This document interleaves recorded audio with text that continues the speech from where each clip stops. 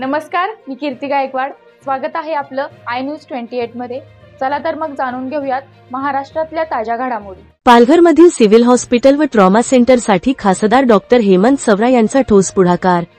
पालघर लोकसभा मतदारसंघातील आरोग्य सेवा बळकट व्हावी, विशेषतः आदिवासी व मागास भागांतील नागरिकांना आवश्यक वैद्यकीय सुविधा तात्काळ व स्थानिक पातळीवर उपलब्ध व्हाव्यात, यासाठी खासदार डॉक्टर हेमंत सवरा यांनी ठोस पुढाकार घेतला आहे.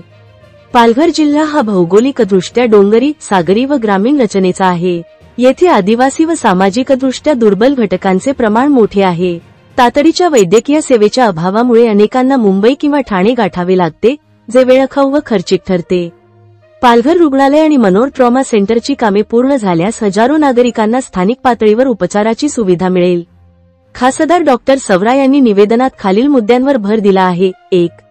दोन्ही प्रकल्पांचे आर्थिक पुनरावलोकन करून आवश्यक निधी तातडीने मंजूर करावा. 2. रखडलेली कामे पूर्ण करून आरोग्य सेवा नागरिकांना समर्पित करावी. 3. आदिवासी भागासाठी विशेष धोरणात्मक उपाययोजना राबवाव्यात. वार्ताहर इंडिया न्यूज 28 साठी प्रणय प्रभाकर पाटील, पालघर जिल्हा ब्युरो चीफची रिपोर्ट.